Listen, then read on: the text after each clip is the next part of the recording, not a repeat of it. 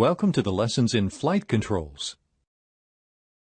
After completing the following lessons, you'll be able to identify and locate the flight controls components, explain the operation of the aircraft flight controls main components and subsystems, identify and explain the controls associated with the aircraft flight controls, identify and explain the indications and annunciators associated with the aircraft flight controls.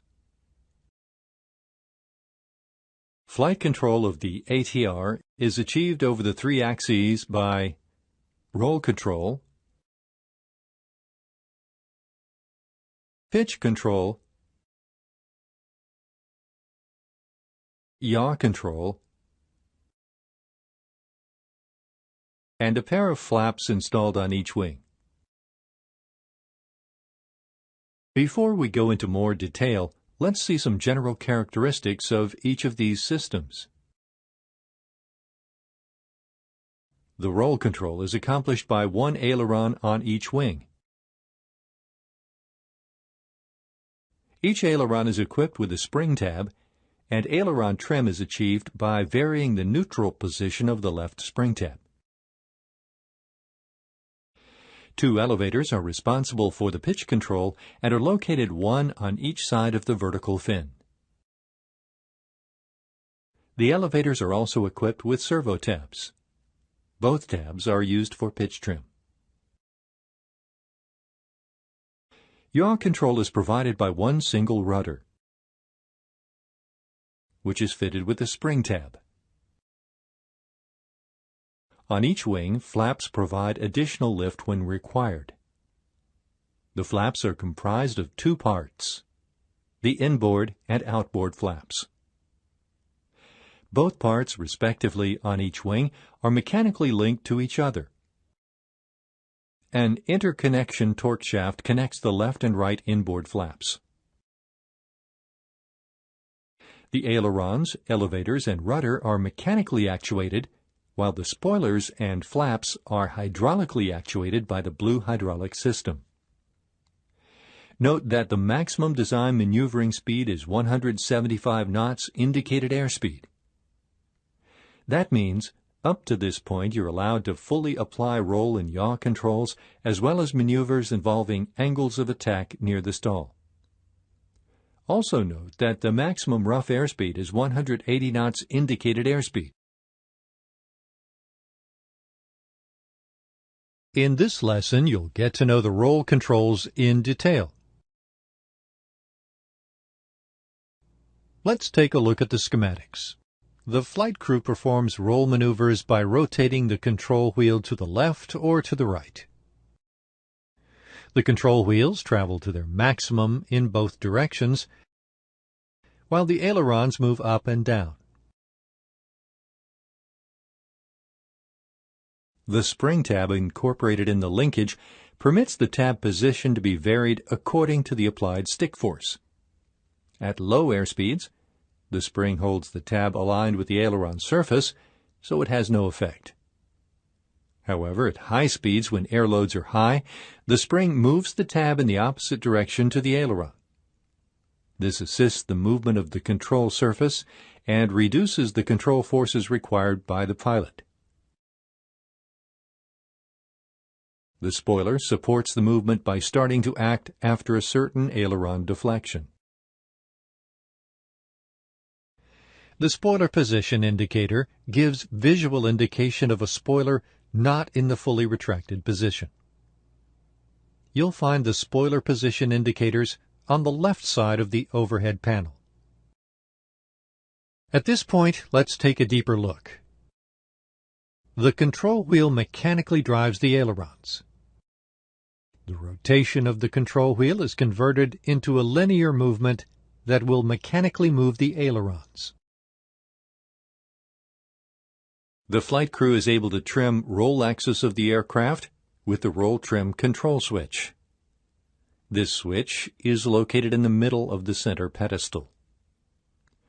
Due to safety reasons and in order to energize the roll trim actuators, you have to press and hold both switches together in the same direction until the desired position is reached.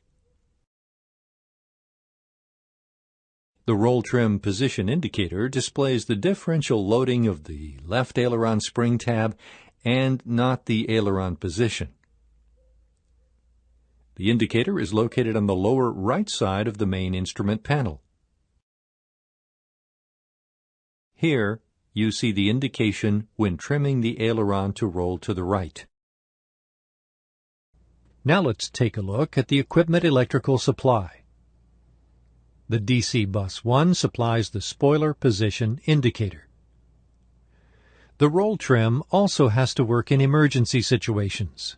Thus, it is supplied by the DC emergency bus, while the trim position indicator is supplied by the 26-volt AC bus 1. Good. You've now completed the chapter on roll control.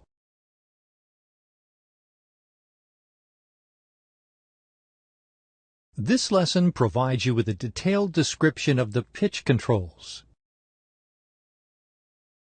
There are two control columns in the cockpit, and by pushing or pulling them, the flight crew changes the aircraft pitch attitude.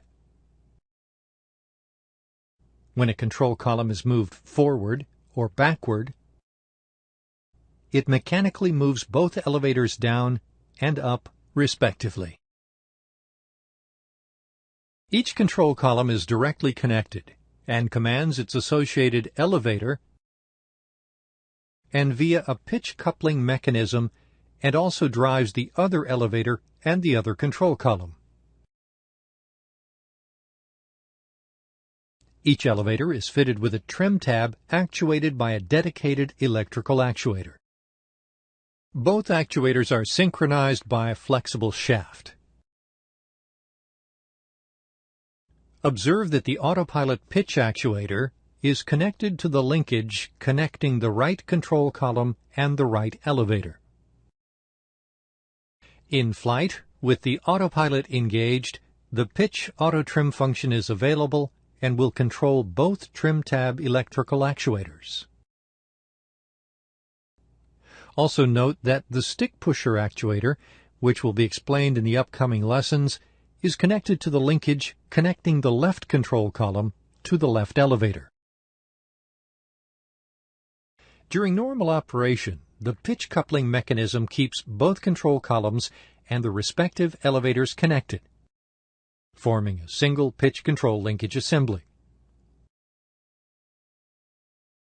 In case one elevator becomes jammed, the mechanism can be mechanically disengaged in order to regain aircraft control. Note that there is no indication of an elevator jam other than the inability to operate the control column. To disengage the pitch coupling mechanism, both pilots must firmly activate their respective control columns at the same time and in the same direction as the jamming condition. This technique disengages the pitch coupling mechanism and allows a safe operation of the aircraft with the elevator that's still working. Observe that in this case, only one pilot has control and actuates only the respective elevator. Let's see an example. If the flight crew encounters a jamming situation when pulling, both pilots must exert a strong force simultaneously in the direction pull, until the pitch coupling mechanism is disengaged. After disengagement, one control column should become free and work again, while the other one remains jammed. In general, when the pitch coupling is disengaged, the master warning light flashes, the pitch disconnect red light on the CAP illuminates, and a continuous repetitive chime sounds, generated by the CCAS. Observe that if the left control column is jammed, the stick pusher must be considered inoperative, while if the right control column is jammed, the autopilot is no longer available. Note that the system recoupling can only be performed on ground. For detailed information regarding the elevator jam procedures and pitch reconnection on ground, check the QRH. Note, in case a pitch disconnect occurs without a real elevator jamming, the aircraft speed must be limited to 180 knots and the bank angle limited to 30 degrees until flaps extension to avoid overstressing the stabilizer. Furthermore, both control columns must be held after the aircraft is landed. After landing, you must use caution when engaging maximum reverse power. Below 70 knots, the turbulent airflow from the propellers may violently shake the elevators,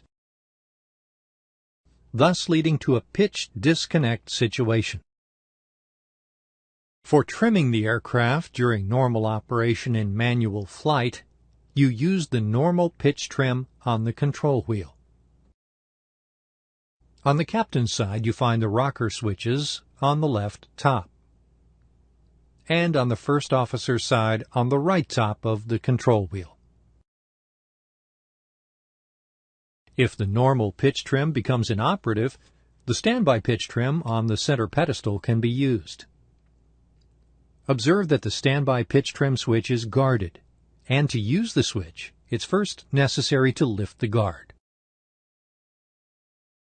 To use the normal pitch trim, you must move both rocker switches on one control wheel in the desired direction. Note that the switches are spring-loaded to the neutral position. If you move the rocker switches or the standby pitch trim switch to position up, the trim actuators offset the trim tabs on the elevators down and vice versa. This action eliminates excessive forces by the pilots on the control columns while maintaining the aircraft pitch attitude. By operating both captain's and first officer's rocker switches in opposite directions, or operating the rocker switches and the standby pitch trim switch in opposite directions, or simply releasing the rocker switches, you immediately stop the pitch trim action. If either the normal pitch trim or the standby pitch trim is continuously actuated for more than 1 second, the CCAS generates an aural whooler. This is to alert the pilots that the pitch trim is moving, therefore allowing sufficient reaction time to the pilots in case of an inadvertent system actuation or a pitch trim runaway situation. Note that the use of either normal pitch trim or standby pitch trim controls always disengages the autopilot. Also note that ATR doesn't recommend simultaneous activation of the normal pitch trim rocker switches and the standby pitch trim switch. The pitch trim position indicator located on the lower right side of the instrument panel indicates the right trim tab travel. The pitch trim position indication scale ranges from 1.5 degrees nose down to 5 degrees nose up. The green area shows the takeoff range, and the arrow shows the actual position of the right trim tab. If a takeoff is attempted, or the takeoff configuration test is performed with the arrow outside the green area, the CCAS is activated. The master warning light flashes red.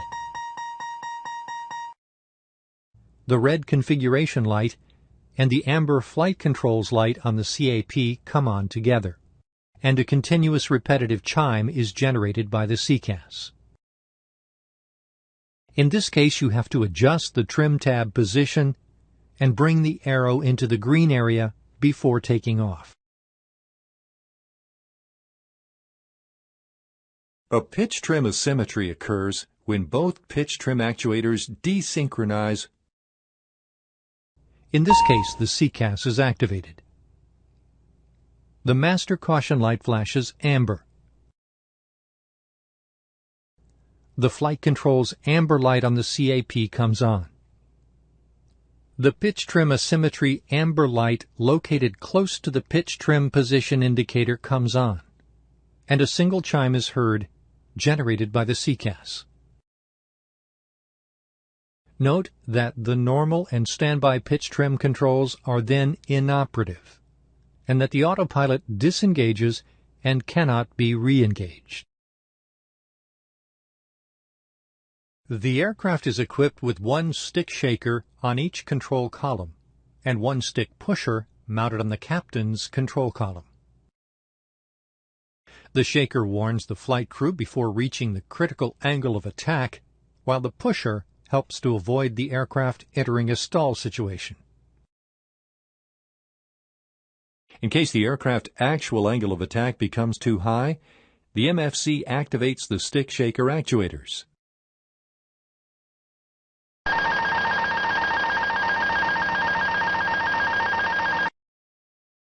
They produce a vibration on both control columns to warn the flight crew about this abnormal situation. If the aircraft angle of attack continues to increase and before reaching the critical angle of attack, the MFC activates the stick pusher actuator.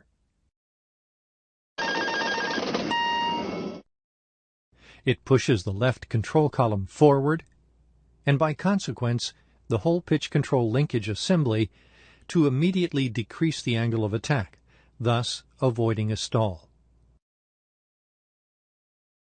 If the stick pusher is activated, the green stick pusher lights, one in front of each pilot station, illuminate. To control the function of these two systems, you see the guarded stick pusher push button on the main instrument panel. By depressing the push button, the system is turned off, and the white off light comes on. Note that when switching the stick pusher push button off, the stall warning aural alert is also lost.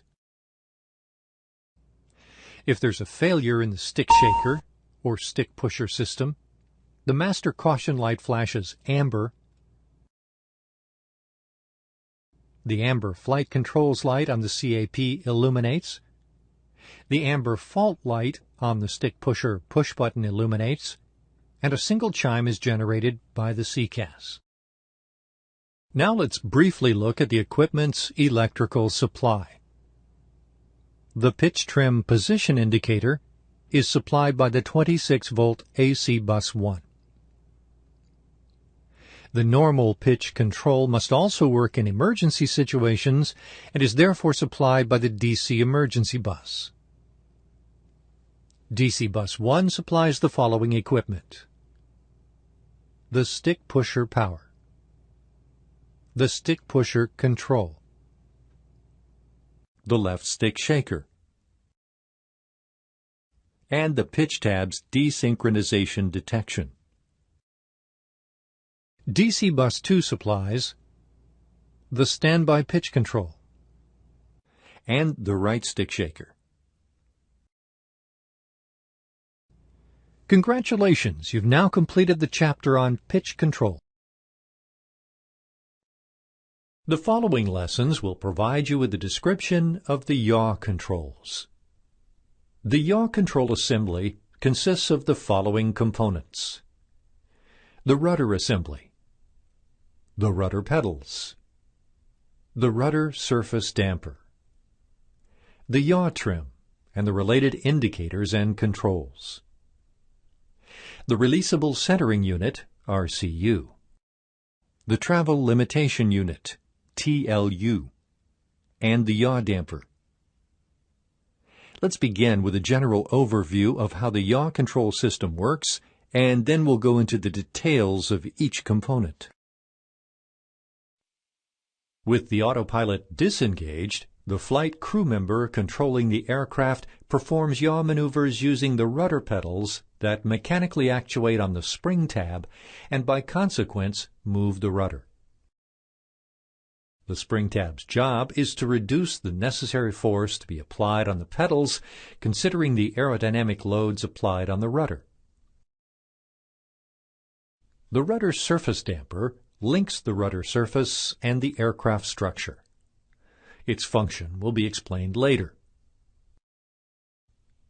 A releasable centering unit located between the rudder surface and the linkage to the pedals enables rudder position stabilization when no action is applied on the pedals. The Yaw Trim reduces pedal forces generated by aerodynamic loads on the rudder assembly. The Yaw Damper is designed to provide yaw damping and turn coordination. Now, let's go into more detail, starting with the rudder assembly.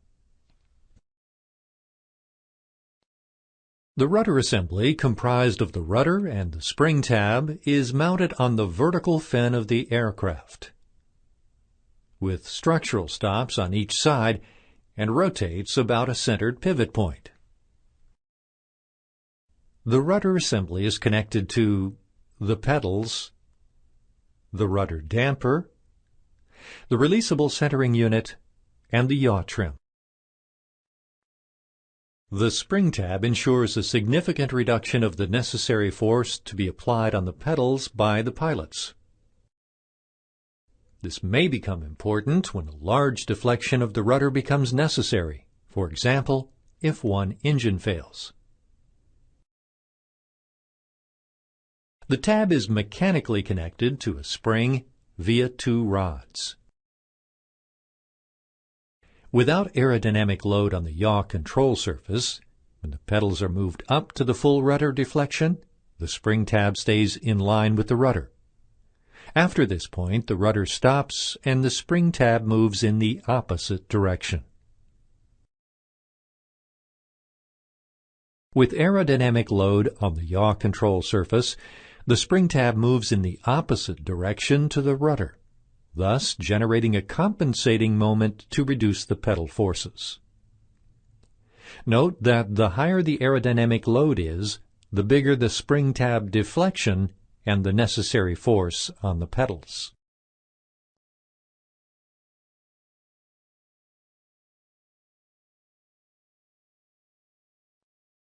There's one pair of pedals for each pilot's station. Observe that both pairs are linked together mechanically. When a pedal is moved forward, it mechanically moves the spring tab, and by consequence, the rudder moves to the respective side. The pedals also act as wheel brakes when the upper parts of the pedals are tipped forward. The wheel brake system will be described in the chapter Landing Gear.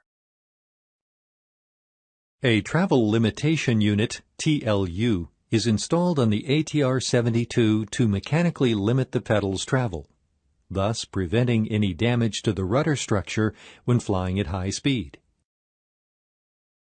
The Air Data Computers 1 and 2 automatically control the TLU during normal system operation.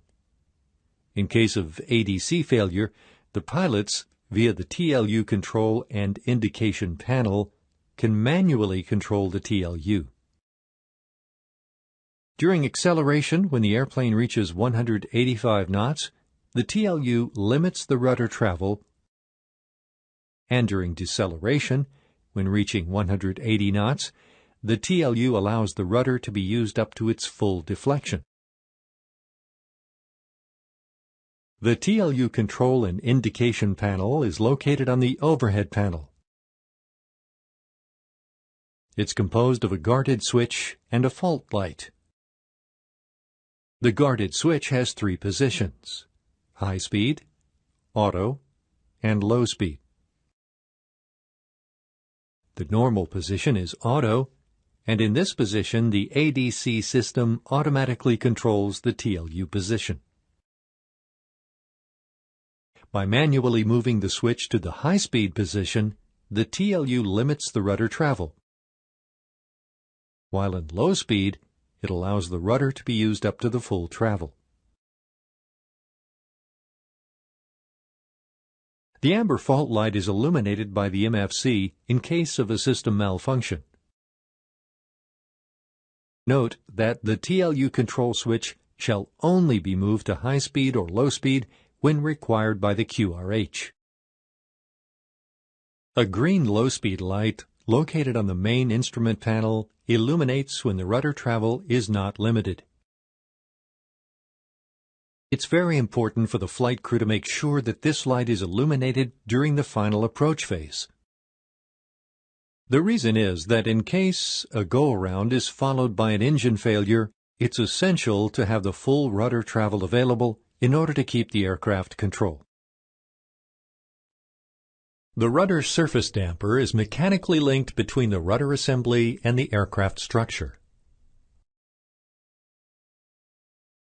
On ground, it limits excessive movement of the rudder generated by gusts or strong winds, thus avoiding damage to the structural stops. In flight, the rudder surface damper regulates the rudder travel speed. Don't confuse the rudder surface damper with the yaw damper, to be explained later.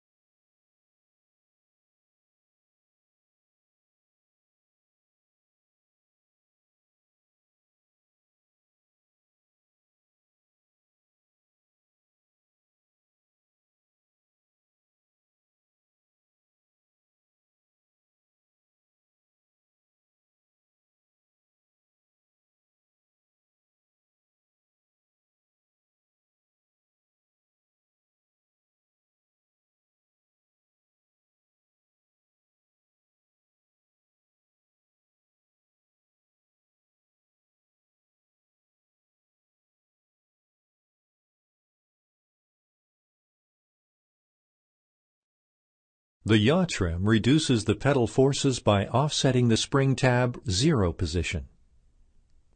This is accomplished by a dedicated electric trim actuator motor mounted inside the rudder. The trimming action is performed via the Yaw Trim control switches located on the center pedestal. For safety reasons, it's necessary to move both switches together, left and right, to operate the system and trim the aircraft on the yaw axis.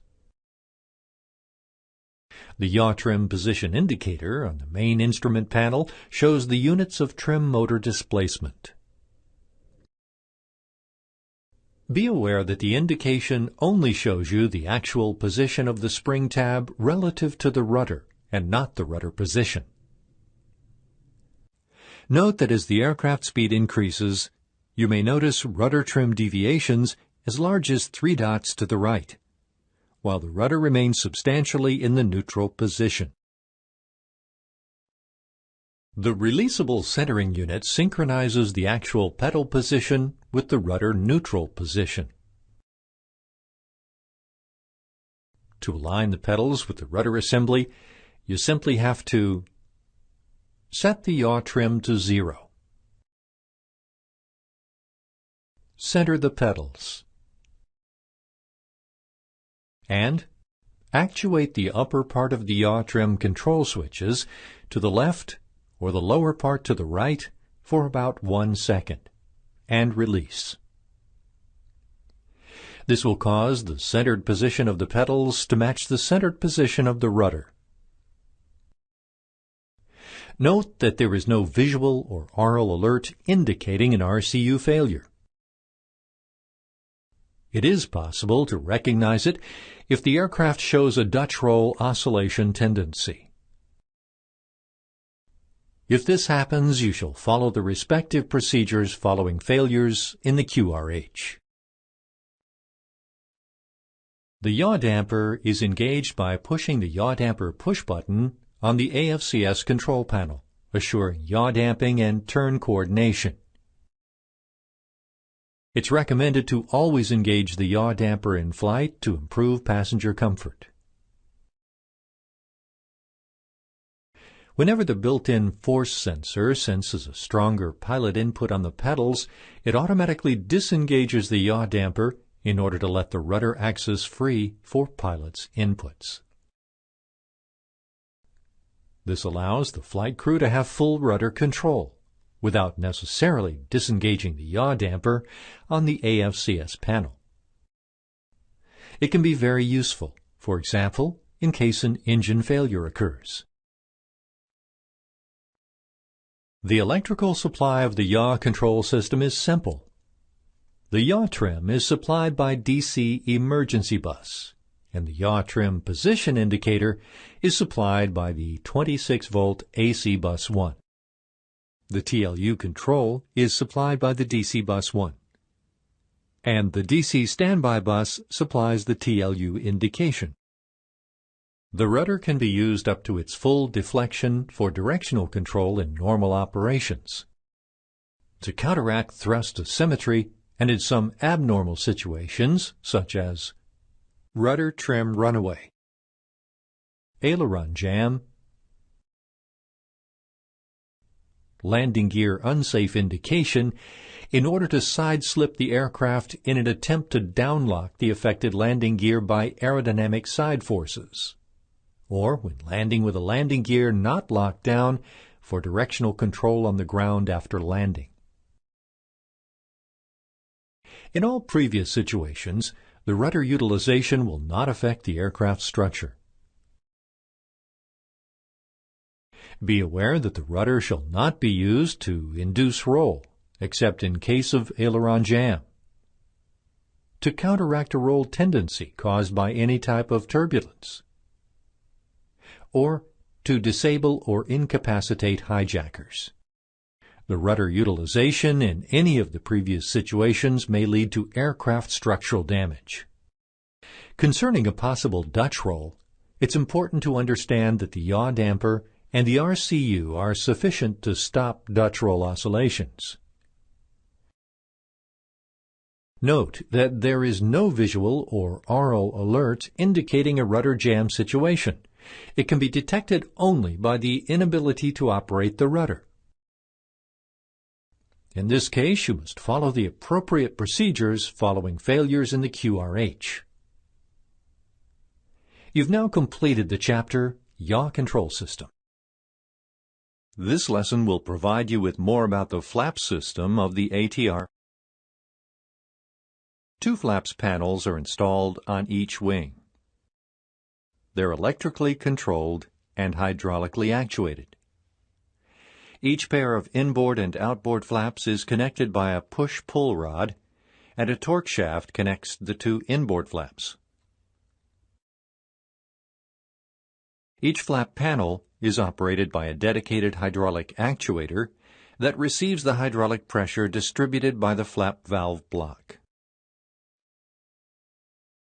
The flap's position is controlled by the flap's control lever that has 3 distinct positions: 0, 15, and 30 degrees. The flap control switch unit senses the position of the control lever and sends this information to the autopilot and to the MFC. The actual flap's position is measured by the position transmitter and is displayed on the flap's position indicator. A possible asymmetry between the left wing flaps and the right wing flaps is sensed by 2 flap position transmitters and detected by the MFC when an angle of 6.7 degrees is reached. At this point, the electrical supply to the flap control system is interrupted, and the flaps stay at their present position. Any movement of the flap control lever has no effect, and maintenance action is required. The MFC system also alerts the flight crew about a flap's spurious retraction. This failure is caused when the actuators have lost their capability to hold the flaps at the correct position. If a retraction of more than 4 degrees is detected, a flaps unlocked warning is generated. Let's have a look at the hydraulic power supply of the flap system. The flaps are normally supplied by the blue system. In case the main blue hydraulic pump and the auxiliary DC hydraulic pump fail, the flap system can be supplied by the green main hydraulic pump via the hydraulic crossfeed. Observe that the flap valve block distributes the hydraulic pressure among the 4 actuators. The flaps control lever is located on the center pedestal. Remember that it has 3 distinct positions. Each position corresponds to a defined flap setting. The position 0 degrees corresponds to the flap's retracted position. Flaps 15 degrees are normally used for takeoff and approach, and flaps 30 degrees corresponds to the normal landing configuration. To change the flap's position, you have to pull up the lever. Move it to the intended position, and release the lever. An amber strip at the bottom of the lever indicates that the lever is not properly placed in the desired position. The actual flap's position is indicated by the flap's position indicator located on the main instruments panel. Note that this instrument shall always be used to check the actual flap's position, since during a malfunction or during flap's extension or retraction, the flap's lever position may not correspond to the actual flap's position. A blue EXT flag appears in the flap's position indicator every time that flaps are being extended. If the EXT flag appears in flight after the flaps are extended to the desired position, it means that there is a leak in the flap's hydraulic circuit. A maximum speed for each flap configuration, VFE, is established as an aircraft limitation. For the ATR 72-500, the VFE for flaps, 15 degrees, is 185 knots. And for 30 degrees, it is 150 knots. If the VFE is exceeded, the CCAS activates a clacker. The same is used for the maximum operating speed alert. Let's move on to possible failures and alerts of the flap system. When the flaps are selected to at least 15 degrees and a spurious retraction of more than 3 degrees occurs, the continuous repetitive chime sounds. The master warning light flashes red, and the flap unlock light illuminates red on the CAP.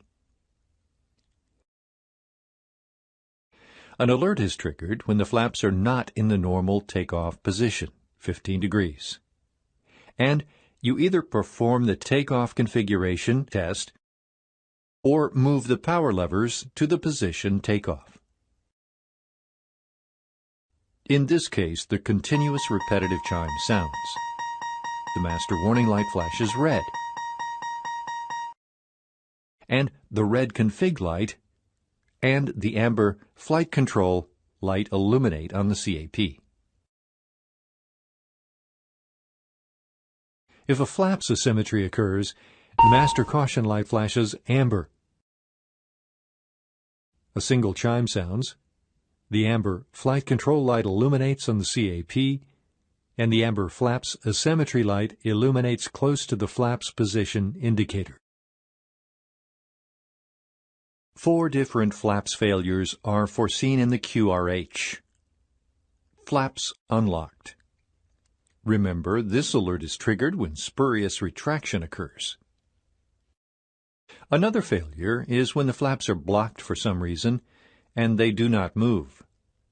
This condition is called flaps jammed. Flaps uncoupled means that there is an asymmetry between the panels of the same wing. Opposite flaps asymmetry means there is an asymmetry between the left wing flaps and the right wing flaps. Note that there is no specific alert for flaps jammed or uncoupled. For these failures, the flight crew can only recognize them by the impaired controllability of the aircraft and by a disagreement between the flaps control lever position and the actual flaps position indicated by the flaps position indicator. Here's a look at the electrical supply of the flap system. The flaps control and asymmetry detection system is supplied by DC standby bus, while the 26-volt AC standby bus supplies the flaps position indicator.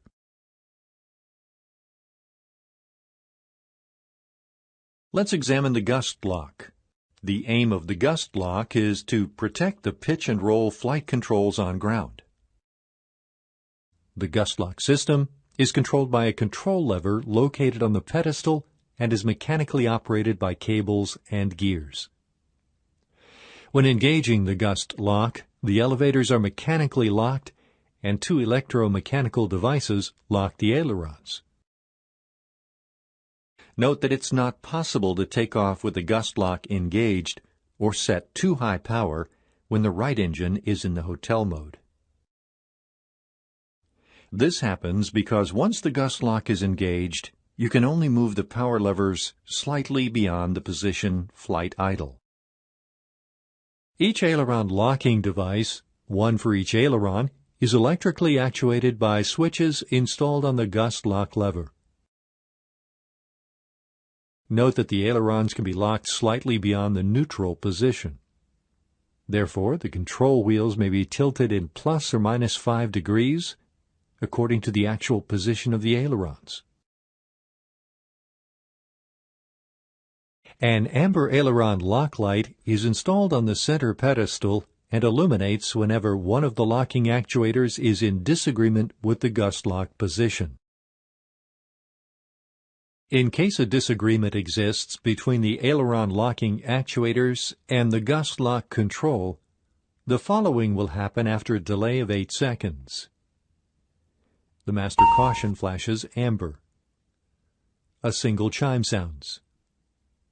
The flight control amber light illuminates on the CAP, and the amber aileron lock light illuminates. Furthermore, if the aileron locking actuators are not fully retracted when the power levers are set to takeoff position, or a disagree between the aileron locking actuators and the Gust Lock control occurs during takeoff, the following visual and aural alerts are triggered. The master warning flashes red. The continuous repetitive chime is generated. And the red config light, together with the amber flight control light, illuminate on the CAP. The flight controls are connected to the ailerons through the spring tabs. This leads to the fact that, despite maintaining the control columns at neutral position on ground, tailwind above 30 knots will not prevent the ailerons from oscillating. In this situation, it's recommended to disengage the Gust Lock only when necessary for takeoff,